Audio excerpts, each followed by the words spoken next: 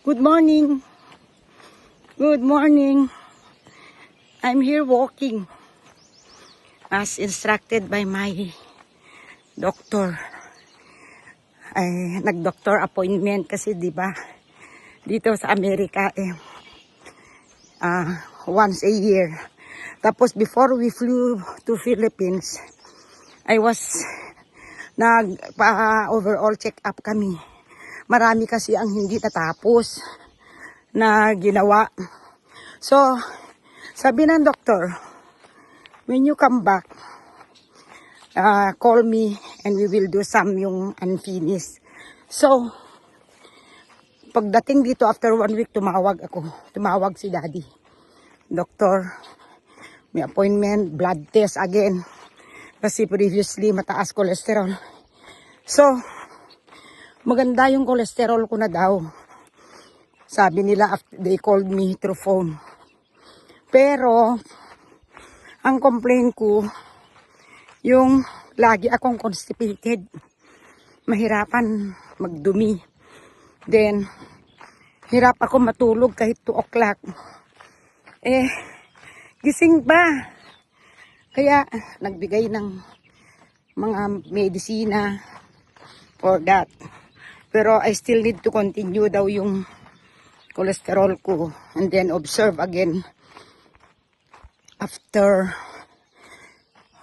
sa November exam uli. Kaya ayan yung lalakarin ko for 30 minutes. Punta ako sa mailbox. Yun kung minsan I see wild deers here, maganda yung ay hindi naman mainit. Kaya nga naka-long sleeve kasi hindi mainit. Saka medyo lang, malamig konti. Pero hindi gaya sa Philippines na masyadong mainit. Parang hirap pa pang huminga pagka sobrang init sa Philippines. Pag dito okay naman. Nagja-jacket pa kami kung minsan kasi may morning na grabe ang lamig. Hindi ako makalabas. Pero ngayon, I tried going out. Okay pala. Hindi ko na kailangan sweater. Yan malayo pa ako sa lalakarin.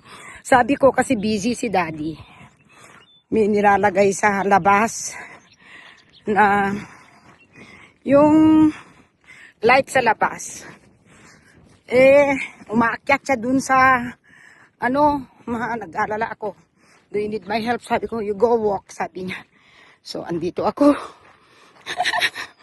My God. Andito ako, lakad-lakad. 3 minutes na. What is 3 minutes sa 30 minutes? Sabi ng doktor. Oh my God. Stop ko na ito yung video ko. Thank you.